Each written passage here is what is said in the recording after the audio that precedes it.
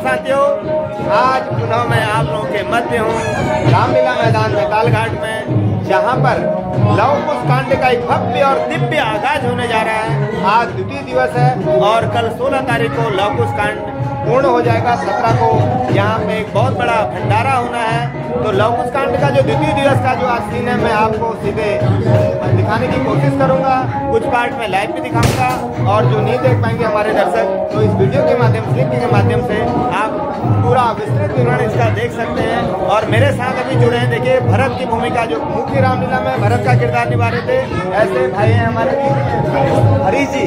और इसमें लव कुश कांड में भी भरत का एक किरदार निभा रहे हैं। हम इनसे जानना चाहेंगे कि कैसा लग रहा है आपको ये पार्ट। धन्यवाद, मेरे को बहुत अच्छा लग रहा है। मेरे को प्रभु राम की कृपा से इस बार सौभाग्य भरत का पाठ खेलने का मिला। मैं सभी जिन्होंने मेरे को सपोर्ट किया, मैं उनका धन्यवाद करना चाहता हूँ। और तालीम मास्टर को, तबला वादक ने हमें बड़ी अच्छी से तालीम दी, उसके लिए धन्यवाद। बहुत बहुत धन्यवाद हरी जी। इस कड़ी में हम अभी और भी हमारे जो पात्र हैं उनसे मिलाने की कोशिश करेंगे, तो आप हमारे साथ बने रहिए। जय श्री राम। जैसा कि हम बात कर रहे हैं, लव कुश कांड बहुत ही ऐतिहासिक और एक मार्मिक, क्योंकि 12 साल में एक बार यहाँ पे आयोजित हो रहा है।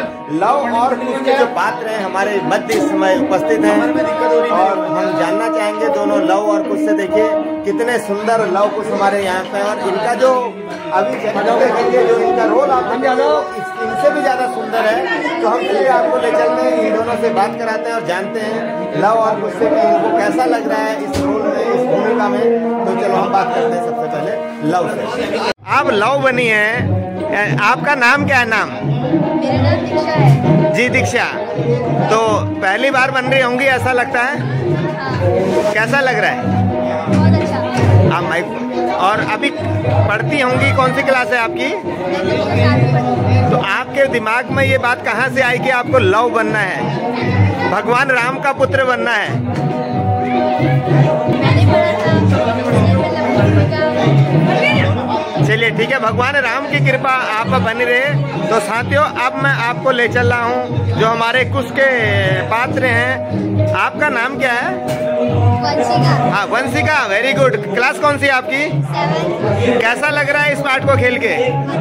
अभी हमने अपने दर्शकों को, आप लोगों की जो तालीम यहाँ पर चल रही थी, रिहर्सल चल रहा था, हाँ फाइनल डे था रिहर्सल का, तो बहुत कुछ लोगों के कमेंट भी आए कि बच्चे बहुत सुंदर लग रहे हैं। तो अब ये पार्ट खेल के अपने जीवन में इसे किस प्रकार आप चरितार्थ करेंगे? चलिए, बहुत बहुत धन्यवाद आप दोनों का। प्रभु राम की कृपा आप और हम सभी पे बने रहे। जय श्री राम। वेरी राम परिवार यहाँ पे देखिए इस समय खड़ा है, और जो पात्र हमारे बिल्कुल तैयार है, अपनी बारी का इंतजार कर रहे हैं कि कब इनका नंबर आए और ये मंच पर जाएं और अपनी जो प्रतिभा है उस प्रतिभा को दर्शकों के बीच में रखें। ये देखिए, और मजे हुए कलाकार हैं, बहुत सारे कलाकार अभी यहाँ पर तैयार भी हो रहे हैं। हमारे सुरेश बाबू हैं जो हमारे कलाकारों को यहाँ पर एक नया रूप, नया आयाम देते हैं। उनके मुंह से जय श्री राम हम सुनना चाहेंगे। क्या कहना चाहेंगे? पात्रों को आप हमेशा तैयार करते हैं और आप पर्दे के पीछे रहते हैं, लेकिन जो पर्दे के बाहर लोग आते हैं वो काफी सुंदर दिखते हैं। बड़ा अच्छा लगता है यहाँ पात्र को तैयार करने में। और परसों से पूरा लगी हमारे कांड करना है, परेशानी तो होती है पर मन में बड़ा सुकून मिलता है। बहुत बहुत धन्यवाद आपका। आप देखिए बहुत सारे पात्र अभी हमारे तैयार हो रहे हैं। बोरा जी हैं, बोरा जी, बहुत सारे अभी यहाँ पे सुमंत का, जो वृद्ध सुमंत हैं, उस पार्ट को यहाँ पे खेल रहे हैं। आपने देखा होगा मंथरा का, इन्होंने बहुत सुंदर अभिनय किया था। बोरा जी हमारे पूर्व कमेटी के अध्यक्ष भी रहे हैं। बोरा जी लक्ष्मण की भूमिका निभा रहे हैं। और सीधे बोरा जी के पास चलते हैं कि कैसा लग रहा है प्रभु के छोटे भ्राता होने के नाते आप इतना सुंदर अभिनय कर रहे हैं। हमारे दर्शकों के लिए दो शब्द आपके मुखार बिंदु से। सब प्रभु श्री राम की कृपा है, उन्हीं की कृपा से।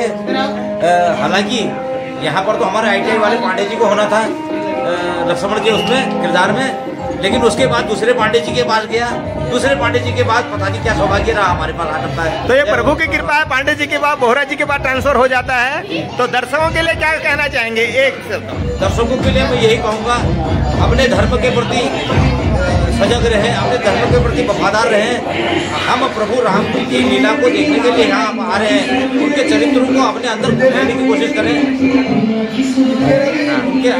उनके प्रभु के चरित्र को यदि हम उसके 2% भी ले लें तो हम अपने आप को नहीं समझेंगे। और दर्शकों से मैं ये कहना चाहूँगा, आप लोग, मैंने एक चीज़ देखी यहाँ पर, डुमके डुमके या अलाने फलाने दुनिया बाईचार संस्कृति पर दुनिया भाग रही है, लेकिन पता नहीं फिर भी वो 5% 10% जो धर्म वाले लोग हैं उन्हीं के कारण आज हमारा धर्म जिंदा है, न कि उनके कारण। बहुत बहुत धन्यवाद सर आपका, आप हमारे साथ जुड़े। तो साथियों, और भी हमारे जो पात्र हैं हम दिखाने की कोशिश करेंगे, अगर समय मिलेगा उनसे भी रूबरू कराने की आपको कोशिश करेंगे। आप हमारे साथ बने रहिए, प्रभु राम की कृपा आप और हम सभी पर बनी रहे। जय श्री राम। स्वागत समारोह यहाँ पे हमारे भाई साहब को हमारे रामदा के उनको आशीर्वाद दिलाने के लिए राम नाम की पट्टी का आयोजन करते हैं। पूरा भी हमारे मंच में निवेदन करना चाहूँगा,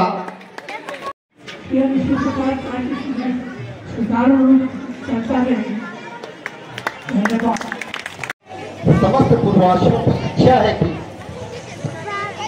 राज्य की सुरक्षा है और चारों ओर शांति हेतु एक अश्वमेध यज्ञ का आयोजन किया जाए।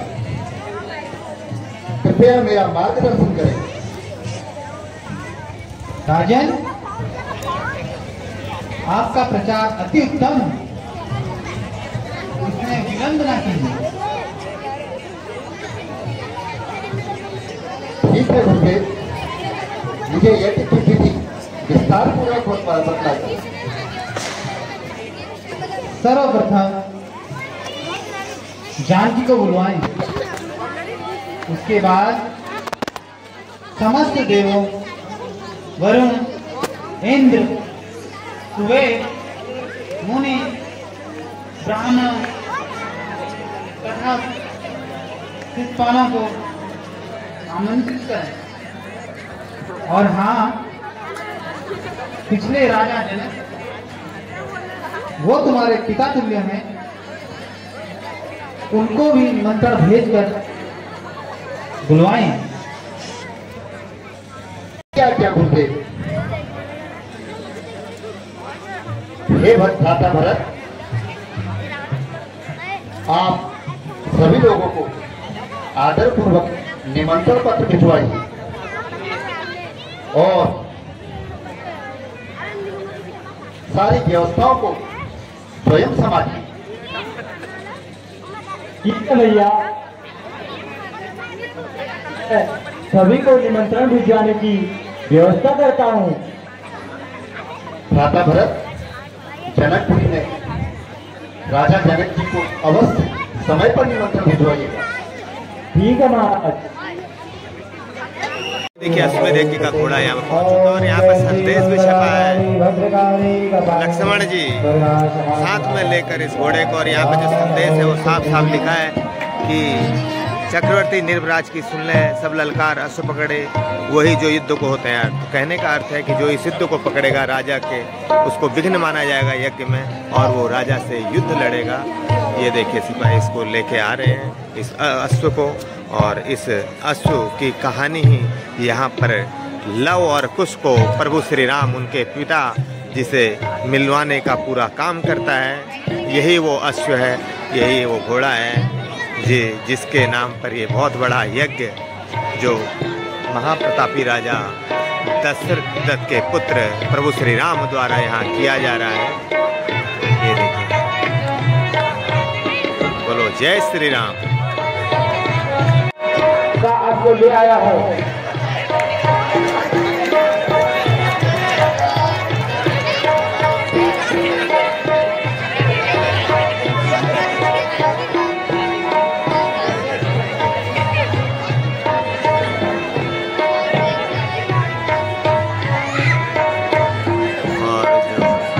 ब्राह्मण है, उनके द्वारा इसको यहाँ पर शुद्ध किया जा रहा है, इसका शुद्धिकरण किया जा रहा है इस अश्व का।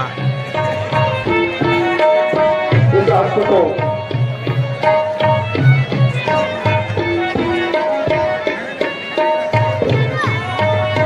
सत्य के प्रतीक इस अश्व को विधिवत प्रतिष्ठा कर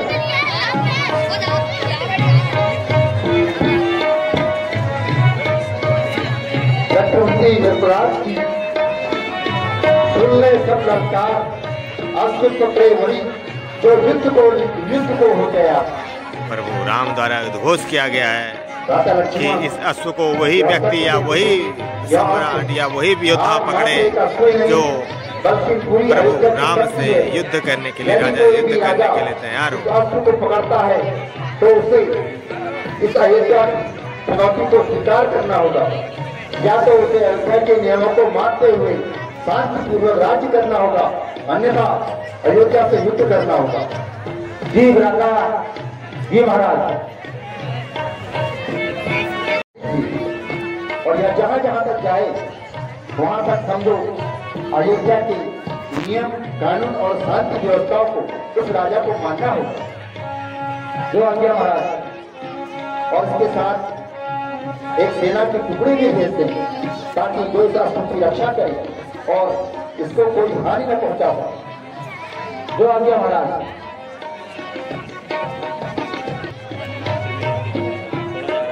हमारे खजाने से उचित अवकाश की व्यवस्था कर, उनकी पूर्ण व्यवस्था की जाए और पूर्ण विधि विधान से इस अश्वमेध यज्ञ को यहाँ पे संपन्न किया गया। तदुपरांत अब इस अश्व को, इस घोड़े को अब छोड़ा जा रहा है वीर सैनिकों की अगुवाई में, उनके सफल निर्देशन में, उनके संरक्षण में। यदि फिर चुनौती को जो भी राजा यदि घोड़े को पकड़ता है, चुनौती स्वीकार करनी पड़ेगी और अयोध्या से उन्हें युद्ध करना पड़ेगा। आयुष्मान भाव। अब तो तुम लोग व्यायाम कर चुके हो, अब प्रार्थना करें।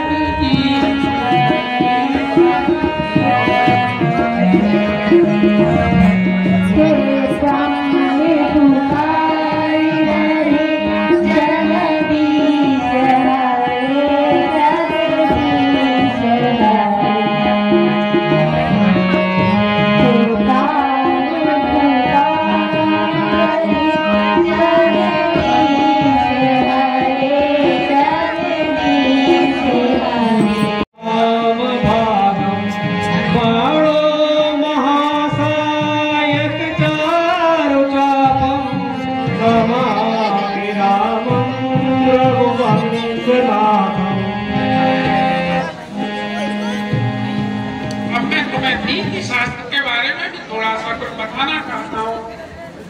नीति शास्त्र का व्यावहारिक ज्ञान बच्चों जीवन की सफलता के लिए बहुत आवश्यक है। नीति शास्त्र का एक मुख्य श्लोक है, विद्या तपो न दानं ज्ञानं शीलं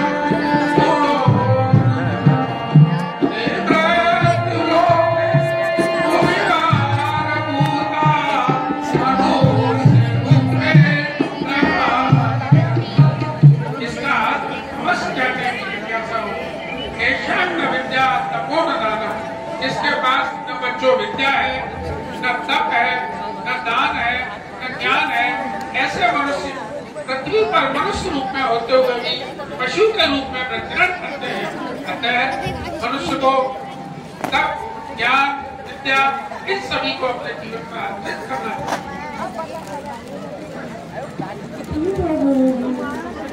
अपने धनुष बाण लेकर आओ, मैं तुम्हें धनुष विद्या का ज्ञान कराता हूँ। और अब धनुर्विद्या का ज्ञान लव और कुश को महर्षि वाल्मीकि जी द्वारा दिया जा रहा है। सर्वप्रथम मैं तुम्हें ज्ञान कराता हूँ और कुछ तुम देखो जब किस प्रकार धनुष को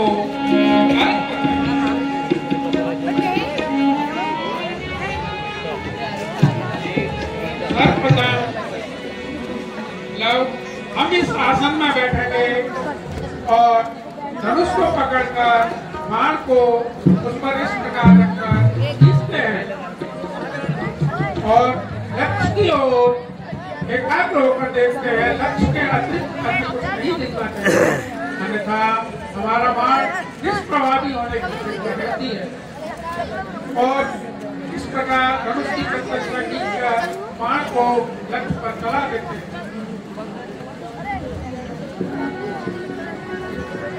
दिव्यास्त्रों का ज्ञान दी समय समय पर। पुत्रों, जो आज मैंने तुम्हें ज्ञान दिया तुमने वो अंगीकार कर दिया होगा। अब हमें चलना चाहिए। इसके पश्चात का ज्ञान आपको समय समय पर देता रहूंगा। महागणपतिये नमः। ओम श्री महामहेश्वराय नमः। वाल्मीकि गुरुदेव के पद पंकज सिरनाय सुमिरे मां सरस्वती हम पर ठोर सहाय। माँ पिता की वंदना करते बारंबार गुरुजन राजा प्रजाजन नमन करो श्रीमान।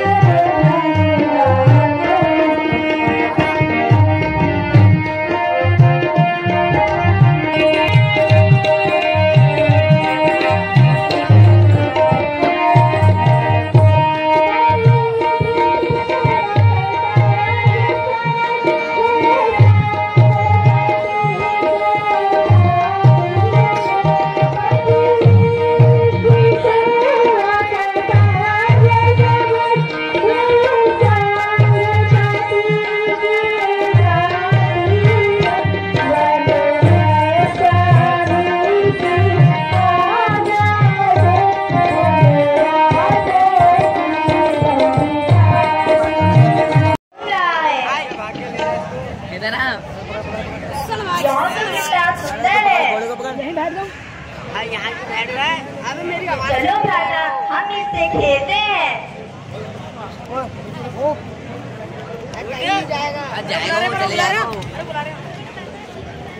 और अब जो अश्व है वो इधर उधर विचरण कर रहा है।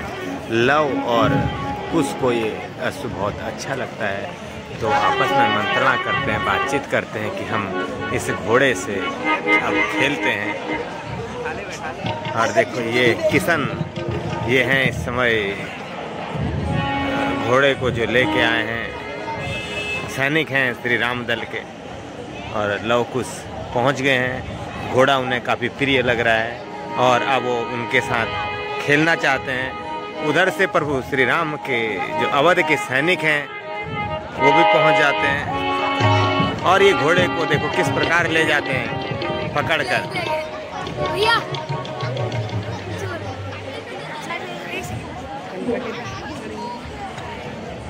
अरे इसके मतलब पर क्या पत्रिका लिखी है? चक्रवर्ती की सुन ले सब ललकार, अश्व पकड़े वही जो हो यार। इस पत्र में क्या लिखा है? यह कितना अहंकार से भरा हुआ है। हाँ भैया, बड़ा क्रोध आ रहा है। ऐसे पकड़े हुए जो युद्ध पर हो तैयार, कि हमें घोड़ा पकड़ना चाहिए। हम कायर थोड़ी ना है, घोड़े को बांध देते हैं। और इस प्रकार लव और कुश घोड़े को बांध देते हैं। और अवध की चुनौती को ये बच्चे जानते नहीं, समझिए कि इन्होंने चुनौती स्वीकार कर लिया है। यज्ञ का घोड़ा है। पता है, इसकी मस्तक पर सूचना लिखी है, तो हम क्या करते हैं? युद्ध से पहले ही भीख मांगते हो, तुम तो छत्री दूसरा कलंक हो। सैनिकों, इस घोड़े का रक्षक कहाँ है? हम उसी से बात करेंगे। क्या लगते हो? घोड़ा छोड़ दो, वरना हम तुम्हें मारकर घोड़ा ले जाएंगे। घोड़ा ले जाएंगे, वो भी हमें मारकर?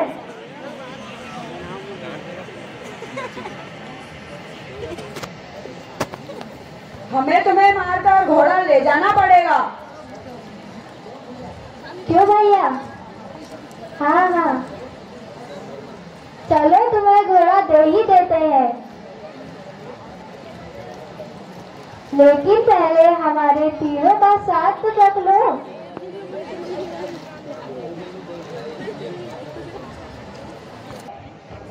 तुम्हें पता नहीं है कि तुम किस अश्व को पकड़कर अपना कितना नुकसान कर रहे हो? क्या तुम्हें पता नहीं?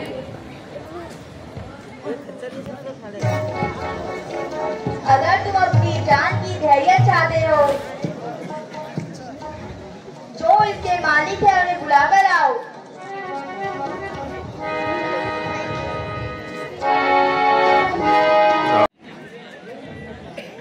हे मुनि कुमारों, तुम हंसी की तरह कोमल हो, घोड़े को छोड़ दो और अपने घर जाओ। अच्छे बच्चे कहना मानते हैं, मेरी आज्ञा का पालन करो। देखो अजनबी, आज जो भी हो, इतना बताओ, घोड़े के मस्तक पर यह क्यों लिखा है? अगर आपके पास बल पौरुष है, शत्रुघ्न तो युद्ध कर घोड़ा ले जाओ। सीधे जवाब देते हैं, शत्रुघ्न से भी नहीं डरते। देखिए, अच्छा, तुम कैसे नहीं मानोगे? जानते हो यह घोड़ा किसने छोड़ा है और क्या प्रयोजन है?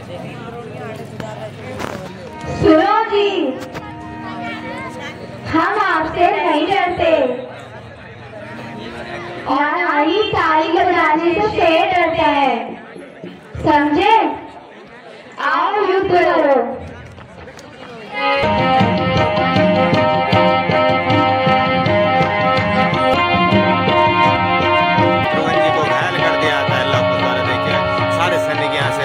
हो जाते हैं। हाय हो, क्या हो गया? मैं रुक गया। जय जय श्री राम। राम दरबार।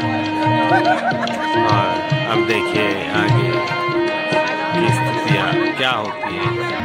सैनिकों का प्रवेश होता है राम दरबार में, और प्रभु को अब सूचना देते हैं कि भ्राता लक्ष्मण को उन दो मुनि कुमारों ने। भ्राता लक्ष्मण, लगता है सैनिक अश्व की कोई सूचना लाए हैं, इनसे पूछिए क्या सूचना है। जी महाराज, हमारे दो सैनिक अश्वमेध यज्ञ से अभी पहुंच रहे हैं। कहो सैनिकों, क्या सूचना लाए हो और क्यों घबराए हो? क्या शत्रुघ्न सेना सहित विजय होकर लौट आए हैं? वन में तो मुनि कुमारों ने यज्ञ का घोड़ा पकड़ लिया है। उनसे युद्ध करने पर महाराज शत्रुघ्न और सारी सेना मोचित पड़ी है। क्या कहा? क्या कहा? तो मुनि कुमार ने घोड़ा पकड़ लिया? हाँ महाराज। यह कोई घास तो नहीं? हम भी जान बचाकर भागकर आए हैं आपको संदेशा देने के लिए। भ्राता लक्ष्मण। जी महाराज। तुम शीघ्र जाकर देखिए क्या बात है। जी महाराज, मैं अभी जाता हूँ, उन दोनों मुनि कुमारों को दंड और सबक सिखा के आता हूँ। क्या भ्राता लक्ष्मण, कुछ बच्चों ने उदंडता की होगी, उसे छुड़ाकर विचरण करने दें। आप निश्चिंत रहे, उनको दंड अवश्य मिलेगा। मैं शीघ्र जाता हूँ। प्रणाम महाराज। ये श्रीमान जी तो अपने समान योद्धा किसी को नहीं समझते, है ना? हाँ ठीक तो है। सभी बाहर निकलकर हम जैसे योद्धाओं से पाला नहीं पड़ा होगा। चुप रहो योद्धा, अभी तुम्हारे दूध के दांत निकले नहीं, और योद्धा तुम मुझे जानते नहीं, तुम ऐसे नहीं मानोगे। आओ धनुधारी, हमने भी माँ का दूध पिया है, युद्ध करो। अच्छा, कहाँ है हमारे शत्रुघ्न भैया?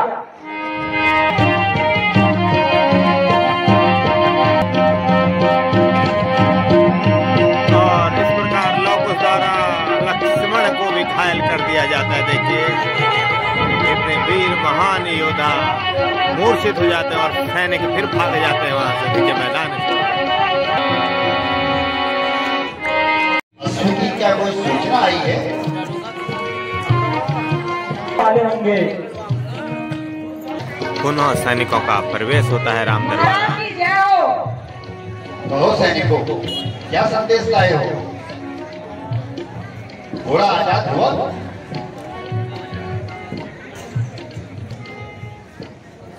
प्रधान सेनापति लक्ष्मण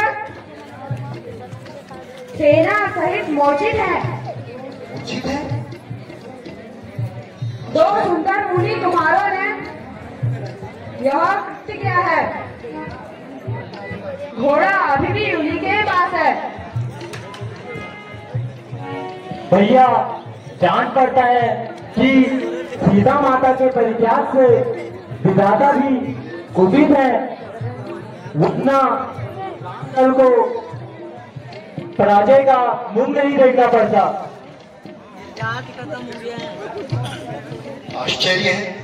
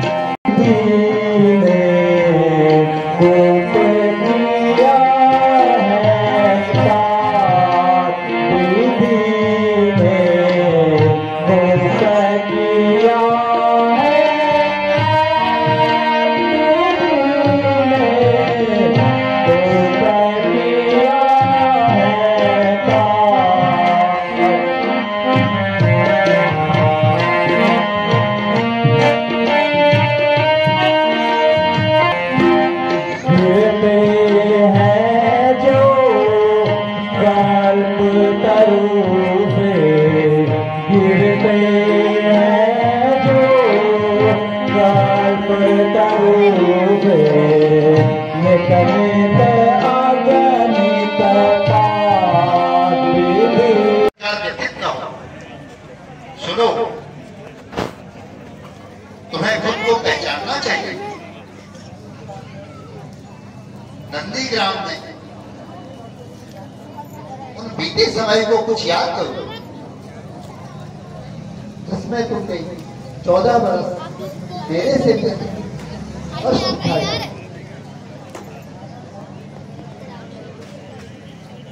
और तुम इतनी जल्दी अपना मन छोटा कर रहे हो। राजकाज में श्री राम भरत को समझाते हैं कि आप बहुत जल्दी अपने मन को छोटा मत करिए। नहीं भैया, आपने से बड़ी तपस्या की ग्राम में 14 साल तक पूजा किए खड़ा होंगे राजपाट छोड़ माया ही हो सकती है, अन्यथा लक्ष्मण जी पराक्रमी को 2 बालक। मैं तुम्हें आज्ञा देता हूँ तुम शीघ्र हनुमंत जी को लेकर जाओ। ये तो अद्भुत बलशाली है। सारी लंका में यहाँ अकेले एक ऐसे योद्धा थे जिन्होंने पूरी लंका को जलाया। तुम इन्हें लेकर के जाओ और शीघ्र उस अस्त्र को मुक्त कराओ। जो आज्ञा भ्राता, मैं आपको निराश नहीं करूंगा। हनुमान जी, आप भी उनके साथ बैठे देखिए कि वहाँ क्या हो रहा है। ठीक है प्रभु। तुम्हारे माता पिता धन्य है जिन्होंने तुमको जन्म दिया है। बालको, अब तुम ये छोड़ो और यह घोड़ा हमें सौंप दो।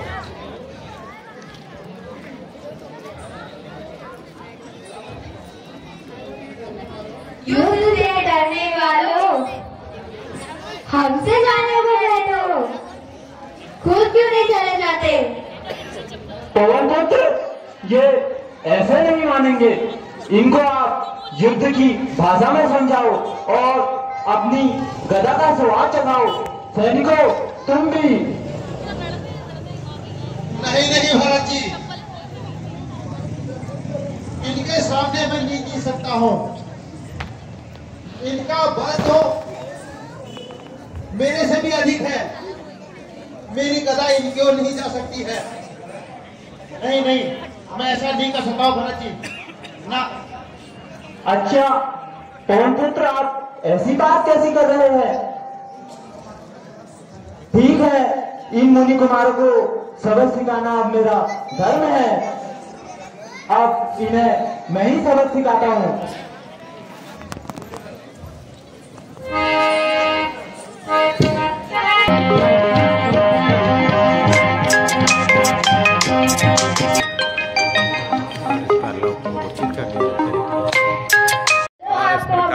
लक्ष्मण को मूर्छित करने के उपरांत लव कुश द्वारा हनुमान जी को बंधक बना लिया जाता है और आश्रम की ओर ले चलते हैं। देखिए, और हनुमान जी अंतर्यामी और समझ चुके हैं, कहते हैं कि ये मेरे से ज्यादा बलशाली हैं। वाल्मीकि आश्रम में कुटिया की सफाई में लगी है माता सीता और कुछ ही देर में लव और कुश हनुमान जी को पकड़ के लाते हैं तो माता उन्हें पहचान लेती है और बहुत ही क्रोधित होती है अपने बच्चों पे कि तुमने ये अनर्थ कर दिया, ये पाप कैसे कर दिया। देखिए, और यहाँ पर हनुमान जी को लाया गया है और बात दिया जाता है। ये देखिए, और अब अपनी माँ के पास जाते हैं और कहते हैं कि हमने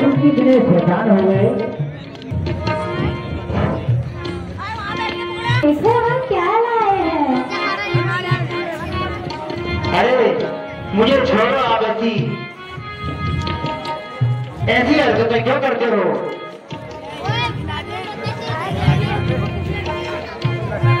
हे माता, तनिक देखो तो सही, देखो हम क्या लाए हैं।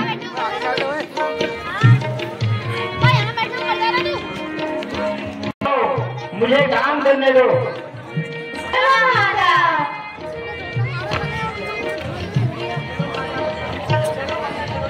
चलो माता, चलो चलो।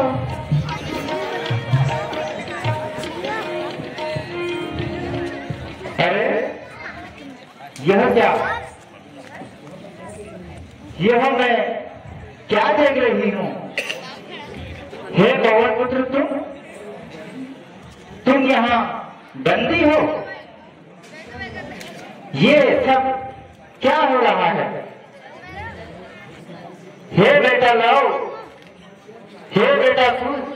ये आपने क्या किया? और इन्हें खोलो और शीघ्र खोलकर अंदर लाओ।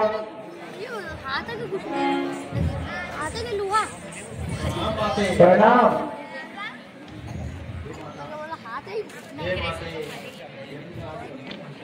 यदि मैं आज बंदी नहीं होता तो आपके दर्शन कैसे होते? मुझे तो इन बालकों को देखते ही अपने प्रभु की छवि याद आ गई और मैं समझ गया कि आप तक पहुंचने के लिए मुझे बंदी होना है।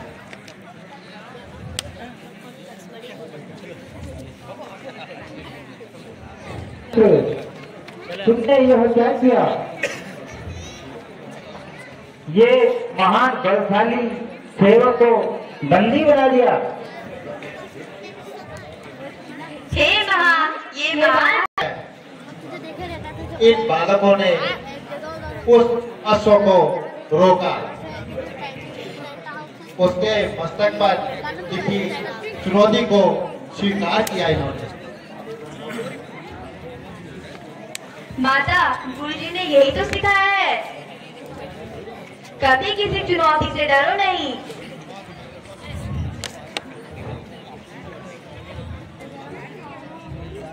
हे पुत्रो, मुझे तुम्हारी सारी हरकतें गुरुजी को बतानी होगी। शीघ्र गुरुजी को बुलाकर लाओ।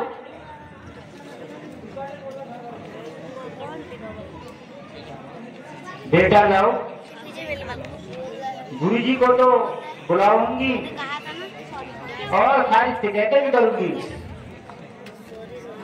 खुद तुम सीधे गुरुजी को बुला के लाओ। और अब महर्षि वाल्मीकि का आश्रम में प्रवेश होता है।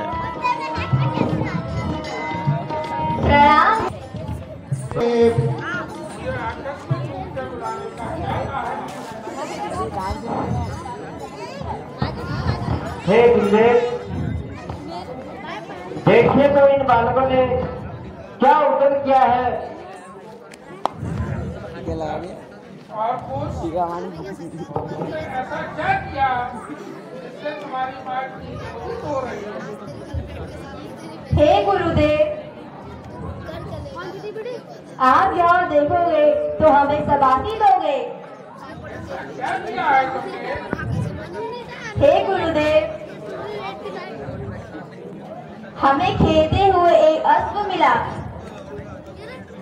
और उसके मस्तक पर लिखा था, जो भी इस अश्व को पकड़ेगा वो हमारी चुनौती स्वीकार करेगा। हे गुरुदेव, आपने हमें ज्ञान दिया है कि हर चुनौती को स्वीकार करना चाहिए। बस हमने घोड़ा पकड़ लिया,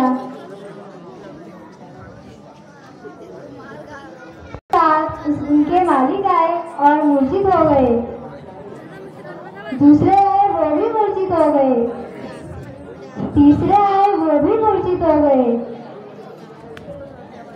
बड़े वाले बंदर आए, उन्हें हम पकड़ लिया।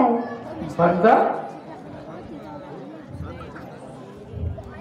हे पुत्रो, तुम्हें पता नहीं तुमने कितनी बड़ी घटना को अंजाम दिया है, जरा मुझे दिखाओ किसको पकड़ा है। चलिए गुरुजी, हम आपको दिखाते हैं। और इस प्रकार पौंस हनुमान के पास लव कुश मुनि महर्षि वाल्मीकि जी को ले जाते हैं। हाँ जी, यही है। हे मुनिनाथ, लव और कुश जिनको तुम साधारण बंदर कह रहे हो, ये महाबलशाली वीर हनुमान हैं। तुमने अनजाने में इनको पकड़ लिया है।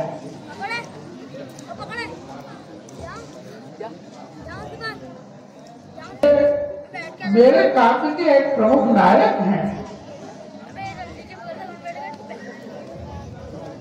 हे गुरुदेव, यह मैंने ऐसी हरकत की है और मुझे पुनः लज्जित होना पड़ रहा है। हे सीता, तुम धैर्य करो, शांत हो। ईश्वर की यही इच्छा थी। ये बालक बहुत स्वाभिमानी है, स्वाभिमान इनके रक्त में है, यशस्वी बालक है। ईश्वर की जो इच्छा है वैसा ही घटनाक्रम हो रहा है। इसमें ये बालक केवल एक माध्यम की भूमिका अपनी प्रकट कर रहे हैं। चलो हम देखते हैं वह अश्व कहाँ बना हुआ है।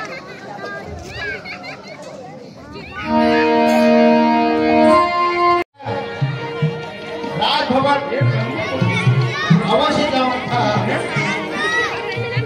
हनुमान जी काफी खुश हैं कि कहते हैं मुझे भगवान श्री राम के बाल्य रूप का दर्शन हो चुका है। बाल स्वरूप को सब देखेंगे तो सब आनंदित होंगे। बोल श्री रामचंद्र की जय। जय श्री राम। जय श्री राम।